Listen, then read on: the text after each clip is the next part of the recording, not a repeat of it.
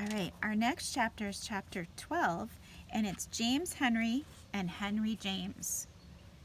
So there's Henry. Do you think that's the grandfather? Dr. Moore went to get his mother. Mother, he said, this is Mr. James Henry Alden. He wants to take his grandchildren to live with him. I'm afraid they won't want to go with you, said Mrs. Moore, until they learn to like you. And they won't want to go while Violet is so sick. Can't I see them? Begged Dr. Alden. I won't tell them who I am. That would help, agreed the doctor. If they grow to like you before they know who you are, things would be easier. Yes, said Mrs. Moore. Stay here with us for a while. The children will learn to like you, and then we can tell them that you are their grandfather. Thank you, said Mr. Alden. I will go home and get some clothes and come back, and I will give you the $5,000. So it's like a reward for finding them. But Dr. Moore would not take the money. I just want these children to be happy, he said. When Mary learned that she was to cook for Mr. Alden, she was frightened. How can I cook for him? He cried. He has everything. He is a very rich man. You can cook for anyone, said Dr. Moore kindly. Just get one of your good chicken dinners and make some cherry dumplings. At dinner, Mr. Alden saw all his grandchildren but Violet. He smiled with delight when he saw Jessie come into the room in her quiet way. Children, said Mrs. Moore, this is Mr. Henry. Benny laughed. Henry and Mr. Henry? He remarked, that is funny. Henry shook hands with Mr. Alden before he sat down at the table. Where have I seen that man before? He thought. The children liked to hear Mr. Henry talk. They told him about a big cucumber in his garden. He told them about a big cucumber in his garden. The cucumber is growing inside a bottle, and he couldn't get it out. Why not? Asked Benny. It is too big, said Mr. Alden. How big did it get? Asked Benny. It was a little cucumber when it went in, said Mr. Alden. A cucumber will grow just the same in a bottle. It will grow so big that you can't get it out. I'd like to see the cucumber, said Benny, stopping in the middle of his cherry dumpling. Would you really? Asked Mr. Alden, delighted. Someday you and I will go over and pick it. I wonder how you get a cucumber out of a jar. And we can bring it to Violet, said Benny. Yes, we'll bring it to Violet, agreed Mr. Alden. Henry thought again. Where have I seen that man before? I wish I could remember. He could not remember, but he liked Mr. Alden very much. All the children liked him because he was kind to them. At last, one day, Mr. Alden could see Violet and went softly into her room with some beautiful flowers from his garden. The children loved him when he patted Violet's dark head and told her that he was sorry she'd been sick. He told her, too, about his garden where the flowers came from. I'd like to see your garden, said Violet. I love flowers. How long are you going to stay, Mr. Henry? Asked Benny. Shh, Benny, said Jessie. I want to stay here as long as I can, my boy, said Mr. Alden quietly. Henry looked at the man again.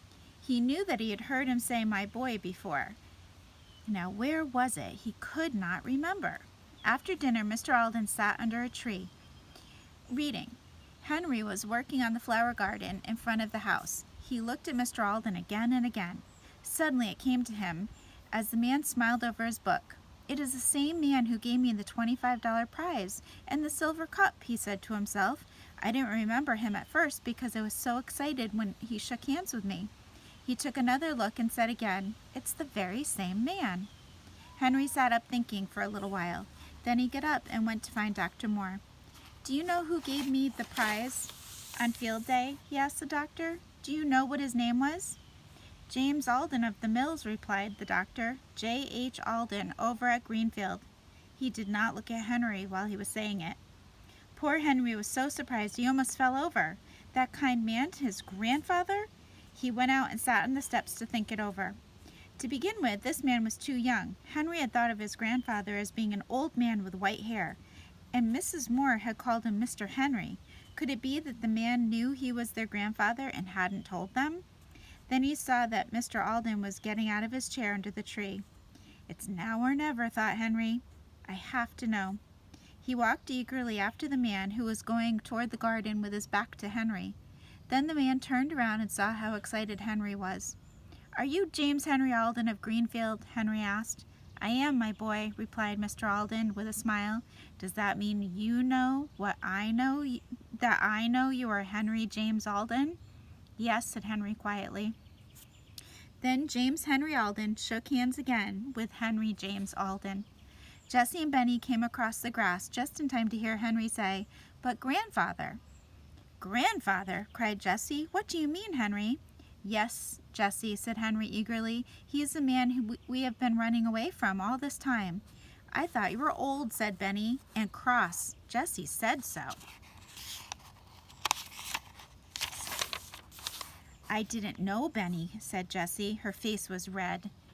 That means she's embarrassed. "To think of running away from this kind man." But her grandfather did not seem to mind. He patted her on the head and said, "Let's go up and see Violet." There was no stopping Benny. He hurried into Violet's room, holding Mr. Alden by the hand and shouting, "It's grandfather, Violet, and he isn't cross after all." "What do you mean?" asked Violet. "Isn't he Mr. Henry?" "My name is James Henry Alden," replied her grandfather. "And my name is Henry James Alden," cried Henry. "Well, well," said Dr. Moore.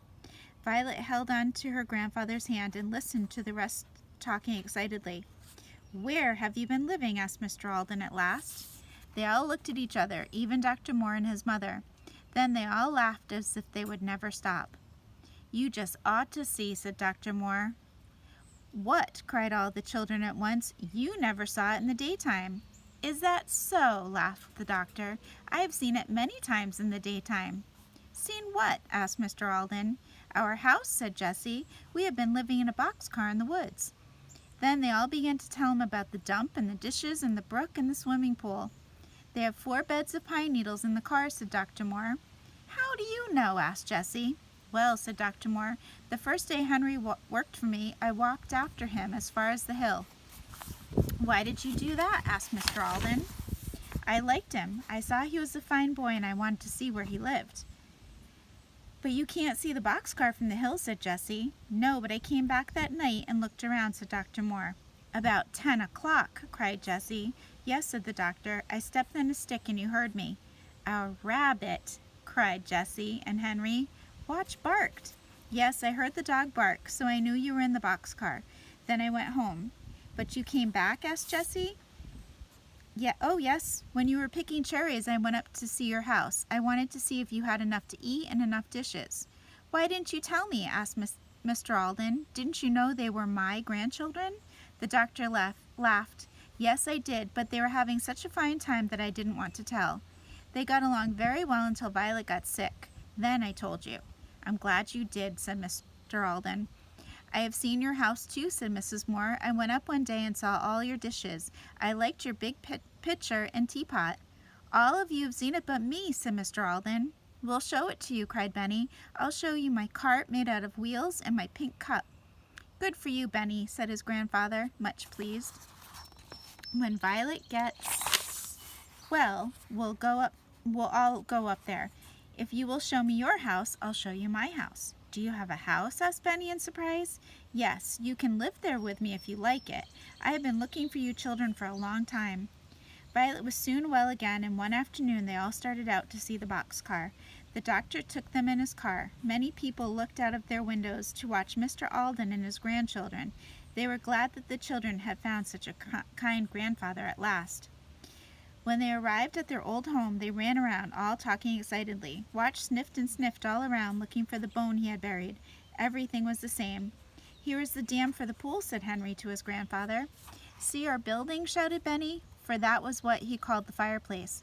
"It really burns, too. And this is the refrigerator and the waterfall, and here is my pink cup." They all stepped on the stump and climbed into the car. They looked at the 4 beds and the dishes. "Here is the same old pitcher and teapot," said Jessie, laughing. They found the blue tablecloth, and they all sat down by the brook and ate chicken and bread and butter and cookies. Benny drank milk from his pink cup.